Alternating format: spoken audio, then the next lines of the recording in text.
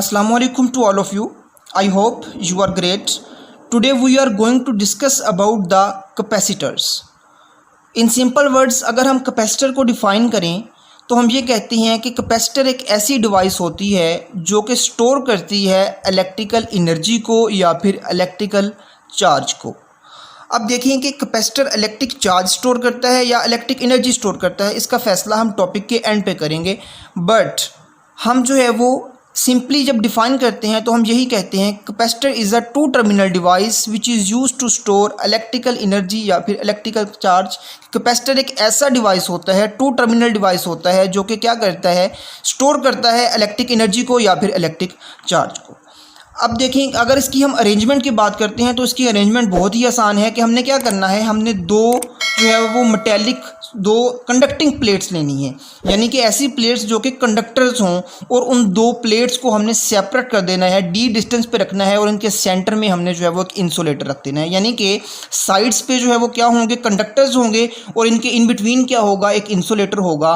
सो अगर हम जो है वो ऐसे कर दें कि दो प्लेट्स इस तरह से लें कि दोनों कंडक्टर्स हों और उनको सेपरेट कर दें एक इंसुलेटर से, तो इस अरेंजमेंट को हम जो है वो कैपेसिटर का नाम देते हैं। और कैपेसिटर को वर्किंग में लाने के लिए हम क्या करते हैं, हम इन प्लेट्स के साथ बैटरी को अटैच करते हैं।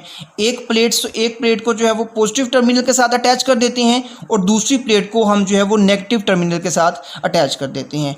अब बच्चों, हमने कहा है स्टार्ट पे कि ये जो प्लेट्स हैं ये क्या हैं, ये कंडक्टर्स हैं। तो हम जो है वो जानते हैं कि metals are the good conductors of electricity.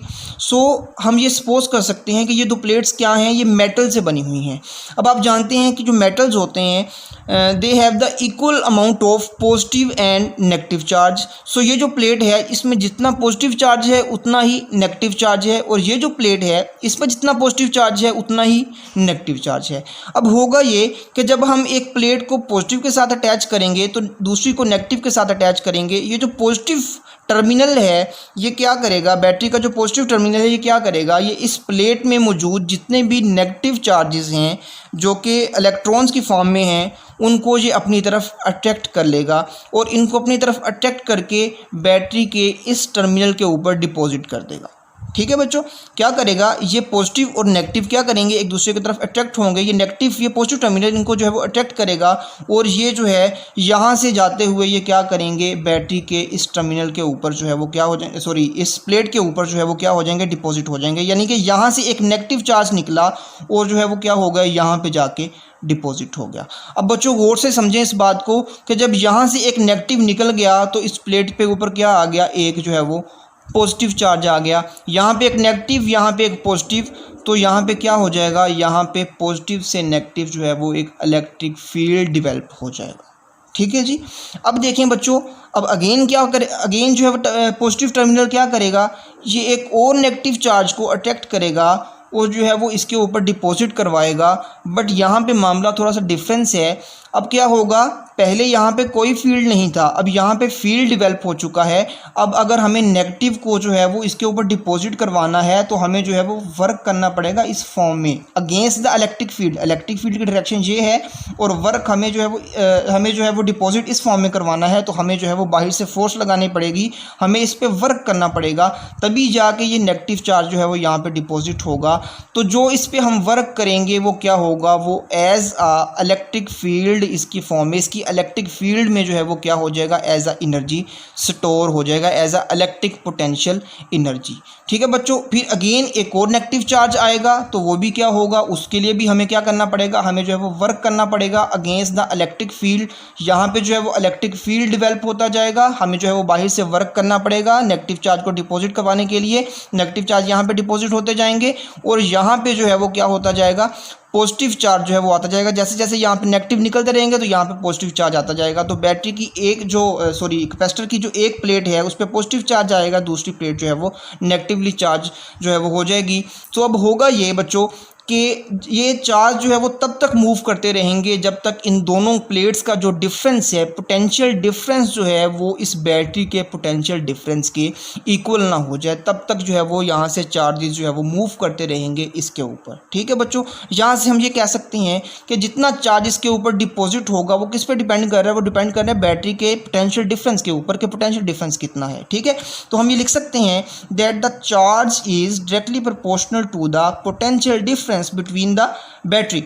ठीक है, यहाँ से हम जो है वो प्रोपोर्शनैलिटी को ख़त्म करके इक्वलिटी का साइन लगाते हैं, तो हम लिख सकते हैं Q is equal to C V. हम जो है वो डायरेक्टली प्रोपोर्शनल को ख़त्म करते हैं और इक्वलिटी का साइन लगाते हैं, तो हमारे पास साथ में कोई ना कोई कांस्टेंट आ जाएगा। यहाँ पे कांस्टेंट जो है वो C है और इस कांस्टेंट को हम जो है वो कैपेसिटेंस का नाम देते हैं। यहाँ से अगर मैं C की वैल्यू जो है वो कैलकुलेट करूँ तो C जो है यहाँ से V के साथ यानी वोल्टेज के साथ मल्टीप्लाई हो रहा है, ये V इधर जाके डिवाइड हो जाएगा, तो हमारे पास जो है वो कैपेसिटेंस किसके इक्वल आ जाएगी, that is equal to Q upon V। ठीक है बच्चों, यहाँ से जो है वो एक चीज़ याद रखें कि कैपेसिटेंस जो है हमें बज़ाहिर ये नज़र आ रहा है कि जो वोल्टेज हैं उनके ज़्यादा होने से कैपेसिटेंस कम हो जाएगी, बिकॉज कैपेसिटेंस और वोल्टेज एक दूसरे के क्या हैं, इन्वर्सली प्रोपोर्शनल हैं। ठीक है, लेकिन ऐसा नहीं होगा बच्चों, हम स्टार्ट पे कह चुके हैं कि जितना हम जो है वो चार्ज जो है वो ज़्यादा करते जाएंगे, जितना हम वोल्टेज ज़्यादा करते जाएंगे वैसे वैसे चार्ज भी ज़्यादा होता जाएगा।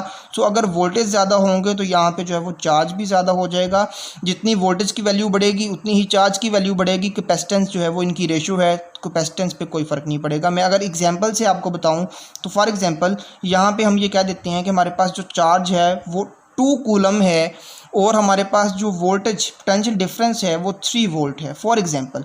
तो बच्चों अब देखें कि हम वोल्टेज को ज़्यादा करते हैं, वोल्टेज को ज़्यादा करके हम जो है वो 2 गुना कर देते हैं, यानी कि हम जो है वो इसको 6 कर देते हैं। ठीक है, इसको हम क्या कर देते हैं, 6 कर देते हैं। तो अगर ये जो है वो डबल होगा तो ये भी डबल हो जाएगा, तो ये 2 गुना जब होगा तो ये 4 हो जाएगा। 3 2 ज़ार 6 एंड 2 2 ज़ार 4, तो ये भी डबल हो जाएगा। अब इन दोनों की रेशो देखें, 2 2 ज़ार 4 एंड 2 3 ज़ार 6, रेशो तो फिर भी सेम रही, कैपेसिटेंस जो है वो 2/3 कैपेसिटेंस सेम रही। सो वोल्टेज के जो है वो ज़्यादा या कम होने से या पोटेंशियल डिफरेंस के चेंज होने से कैपेसिटेंस पे कोई फ़र्क नहीं पड़ेगा, बिकॉज चार्ज भी जो है वो उतना ज़्यादा हो जाएगा जितना पोटेंशियल डिफरेंस जो है वो चेंज होगा। ठीक है बच्चों, तो कैपेसिटेंस जो है वो वोल्टेज पर डिपेंड नहीं करती, ये किन पर डिपेंड करती है इसके बाद हम बाद में करते हैं, लेकिन पहले कैपेसिटेंस को हम डिफाइन कर लेते हैं कि कैपेसिटेंस होती क्या है बच्चों। कैपेसिटेंस इज़ द एबिलिटी और the capacity of a capacitor to store a charge, कि वो जो कैपेसिटर हमने बनाया है उस कैपेसिटर की एनर्जी को स्टोर करने की या चार्ज को स्टोर करने की जो है वो एबिलिटी कितनी है, उसकी कैपेसिटी कितनी है, उसको हम जो है वो कैपेसिटेंस का नाम देते हैं और इसको हम जो है वो C से डिनोट कर देते हैं। ठीक हो गया जी। अब C को जो है वो कैपेसिटेंस को अगर इसके हम यूनिट की बात करें तो हम जानते हैं कि capacitance is equal to Q/V। Q का जो यूनिट होता है, चार्ज का यूनिट कूलम होता है और वो जो पोटेंशियल डिफरेंस है, वोल्टेज है, उसका डिफरेंस वोल्ट होता है। तो coulomb upon volt is equal to farad and farad is the unit of capacitance. तो हम ये कह सकते हैं कि अगर हमें कैपेसिटेंस को मेजर करना है तो हम जो है वो किस में मेजर करेंगे, उसको हम फेरेड में मेजर करेंगे। ठीक है बच्चों, अब देखें कि हमने कहा था कि कैपेसिटेंस जो है ये वोल्टेज पे या पोटेंशियल डिफरेंस पे डिपेंड नहीं करती, तो फिर ये किन चीज़ों पे डिपेंड करती है बच्चों। कैपेसिटेंस 3 चीज़ों पे डिपेंड करती है। The first one is the geometry of the plates. ये जो प्लेट्स हैं इनकी ज्योमेट्री क्या है, कैपेसिटर की जो प्लेट्स हैं उनकी ज्योमेट्री पे डिपेंड करती है कैपेसिटेंस। सेकंड वन जो कैपेसिटेंस है वो नेचर ऑफ द मीडियम। हमने क्या कहा था, हमने इन 2 प्लेट्स के बिटवीन इंसुलेटर रखा हुआ है। वो इंसुलेटर हवा भी हो सकती है, वो इंसुलेटर जो है वो वैक्यूम भी हो सकता है, वो इंसुलेटर जो है वो कोई रबड़ भी हो सकती है, वो कोई प्लास्टिक भी हो सकता है, वो कोई वुड भी हो सकती है, लकड़ी भी हो सकती है। सो बच्चों जिस तरह का जो है वो मीडियम हमने रखा हुआ है उस पर भी डिपेंड करती है capacitance. And the third one is distance between the plates, कि इन दोनों प्लेट्स के बिटवीन डिस्टेंस कितना है उस पर भी कैपेसिटेंस जो है वो डिपेंड करती है। तो बच्चों ये था कैपेसिटेंस की डिपेंडेंस की, कैपेसिटर किस चीज़ पे, कैपेसिटेंस किस चीज़ पे डिपेंड करती है। अच्छा, अब एक मामला हमारा रह गया, वो ये कि हमने कहा था कि हम देखेंगे कि कैपेसिटर जो है वो चार्ज को स्टोर करता है या एनर्जी को स्टोर करता है। तो बच्चों आप देखें यहाँ पे हमने जब इस पे यहाँ से नेगेटिव चार्जेस को मूव करवाया, यहाँ पे हमने वर्क किया, वो वर्क जो है वो इन द इलेक्ट्रिक फील्ड, इस फील्ड में, इस इलेक्ट्रिक फील्ड में as a electric potential energy store हो गया। बट आप देखें कि कैपेसिटर का जो टोटल चार्ज है वो सेम रहा। यहाँ से चार्ज यहाँ चला गया, लेकिन बाहर से कोई भी चार्ज हमने ऐड नहीं किया, सिर्फ चार्ज की रीडिस्ट्रीब्यूशन हुई है, चार्ज हमने बाहर से कोई भी ऐड नहीं किया। सो जब हमने किसी चार्ज को ऐड नहीं किया, सो बेस्ट और परफेक्ट डेफिनेशन यही है कि हम कहते हैं कैपेसिटर्स जो है वो एनर्जी को स्टोर करता है, चार्ज को स्टोर नहीं करता। हम जो है वो चार्ज इसलिए यहाँ पे लिखा है क्योंकि आपकी बुक पे भी लिखा हुआ है चार्ज को स्टोर करता है। चार्ज की जस्ट रीडिस्ट्रीब्यूशन होती है, बाहर से हम नया चार्ज कोई भी ऐड नहीं करते। जो total amount of charge in the capacitor होता है वो हमेशा बच्चों सेम रहता है, वो हमेशा ज़ीरो होता है, बिकॉज जितना जो है वो पॉजिटिव चार्ज है उतना ही negative charge, total amount of charges in the capacitor is equal to zero. But charge जब रीडिस्ट्रीब्यूट होता है तो कई दफ़ा हम कह देते हैं कि चार्ज को स्टोर करता है, बट इन रियलिटी हम ये कहेंगे कि जो कैपेसिटर है वो किसको स्टोर करता है, वो इलेक्ट्रिक एनर्जी को स्टोर करता है। ठीक है जी। अगर मैं समराइज़ करूँ इन तमाम चीज़ों को बच्चों, तो हमने जो है वो पढ़ा कि कैपेसिटर क्या होता है, कैपेसिटर जो है वो कैसी डिवाइस होती है जो कि एनर्जी को स्टोर करती है। इसको कंस्ट्रक्ट कैसे करते हैं, दो प्लेट्स होती हैं, उनके बिटवीन जो है वो एक इंसुलेटर रखते हैं तो ये कैपेसिटर बन जाता है। बैटरी के साथ अटैच करेंगे तो ये वर्किंग फॉर्म में आ जाएगा।